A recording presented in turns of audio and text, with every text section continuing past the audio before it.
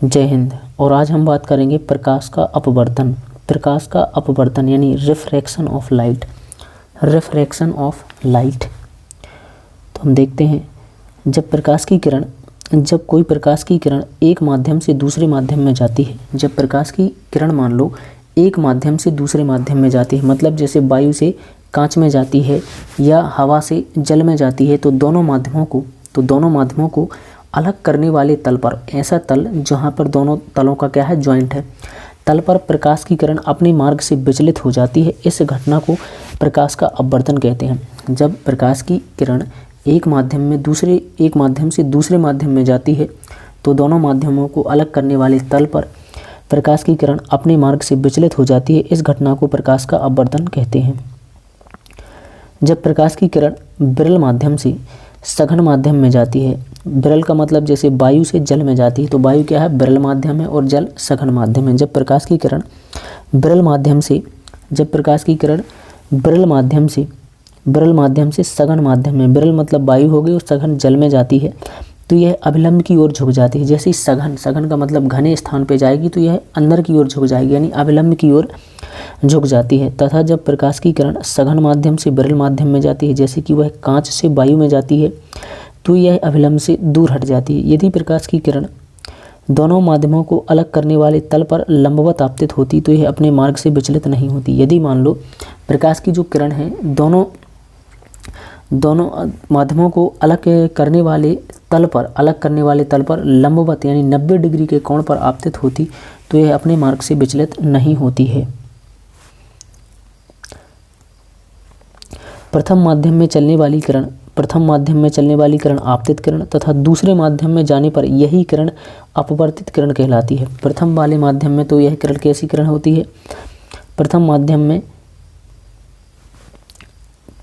माध्यम में चलने वाली किरण आपतित किरण तथा दूसरे माध्यम में जाने पर यही किरण क्या कहलाती है, अपवर्तित किरण कहलाती है। आपतित किरण और अभिलंब के बीच बना कोण आपतन कोण तथा अपवर्तित किरण और अभिलंब के बीच बना कोण क्या कहलाता है, अपवर्तन कोण। आपतित किरण और अभिलंब के बीच बना कोण क्या कहलाता है, आपतन कोण, और अपवर्तित किरण और अभिलंब के बीच बना कोण अपवर्तन कोण कहलाता है। वह माध्यम जिसमें प्रकाश का वेग अधिकतम होता है, प्रकाशीय विरल माध्यम, तथा जिसमें प्रकाश का वेग न्यूनतम होता है, तो उसे हम प्रकाशीय सघन माध्यम कहते हैं। यानी कि वह माध्यम जिसमें प्रकाश का वेग अधिकतम होता है, वेग यानी उसकी जो चाल है वह अधिकतम होता है, तो उसे हम प्रकाशीय विरल माध्यम, तथा जिसमें प्रकाश का वेग न्यूनतम होता है उसे हम प्रकाशीय सघन माध्यम कहलाता है। अपवर्तन के कारण प्रकाश की जो चाल है वो भिन्न भिन्न माध्यमों में कैसी होती है, भिन्न भिन्न होती है। प्रकाश की चाल भिन्न भिन्न माध्यमों में भिन्न भिन्न होती है। तो प्रकाश की चाल सघन माध्यम में कम तथा विरल माध्यम में अधिक होती है। इसलिए जब प्रकाश सघन माध्यम में प्रवेश करता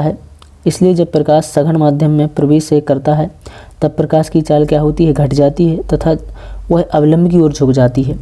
जब प्रकाश विरल माध्यम में प्रवेश करता है तब प्रकाश की चाल बढ़ जाती है तथा वह अविलंब से दूर हट जाती है। कहने का तात्पर्य है कि जब प्रकाश सघन माध्यम में जाएगा तो उसकी चाल घट जाएगी और वह अविलंब की ओर झुक जाएगा, और जब प्रकाश विरल माध्यम में प्रवेश करता है तब प्रकाश की चाल बढ़ेगी और वह अविलंब से दूर हटेगी।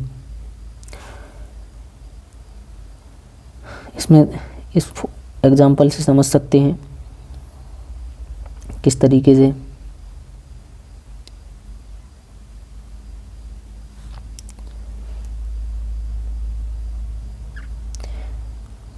ये है दोनों अविलंब, सघन माध्यम, विरल माध्यम, आपतन कोण, अपवर्तन कोण, सभी कुछ इसमें दिया हुआ है। अब जैसे कि पानीयुक्त बर्तन की पेंदी ऊपर से देखने पर, पानीयुक्त बर्तन की पेंदी ऊपर से देखने पर प्रकाश के अपवर्तन के कारण क्या उठी हुई प्रतीत होती है। पानीयुक्त बर्तन की पेंदी अगर हम उसे ऊपर से देखें तो प्रकाश के अपवर्तन के कारण कुछ उठी हुई प्रतीत होती है। प्रकाश का अपवर्तन उस पानी की विभिन्न परतों के बीच में होता है, जिससे उसकी जो तली है वो कुछ उठी हुई प्रतीत होती है। जब अक्षरों के ऊपर कांच का स्लैब रख कर देखते हैं तो प्रकाश के अपवर्तन के कारण भी कैसे उठे हुए प्रतीत होते हैं।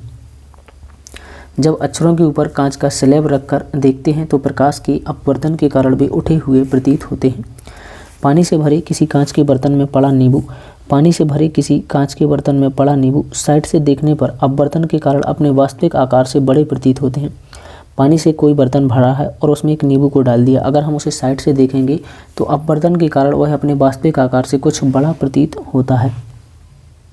आई होप आपको वीडियो अच्छी लगी हो तो लाइक करें, कमेंट करें और चैनल पर पहली बार आए हों तो सब्सक्राइब जरूर करें। धन्यवाद। जय हिंद।